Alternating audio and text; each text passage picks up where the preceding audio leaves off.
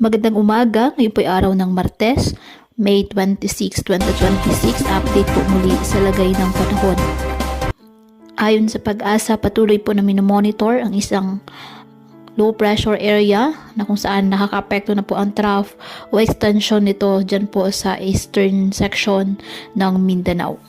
Patuloy po na imomonitor na nasabing LPA dahil ayon po sa pinapakita ng iba't ibang weather models, may posibilidad ito na maging bagyo. Ngayong araw, dulot ng southwesterly wind flow, asahan po dyan na maulap na kalangitan na may kalat-kalat na mga pag-ulan at thunderstorms sa Zamboanga Peninsula, Bay RMM, Soc-Sargen, Lanao del Norte, Misamis Occidental at Palawan.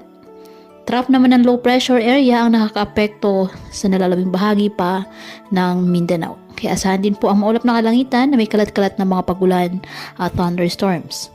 Ang Eastern Visayas, Bicol Region at Quezon, bahagyang maulap hanggang sa maulap na kalangitan with isolated rain showers or thunderstorms dulot po ng easterlies.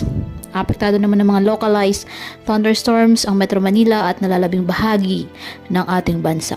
Mag-ingat po and God bless.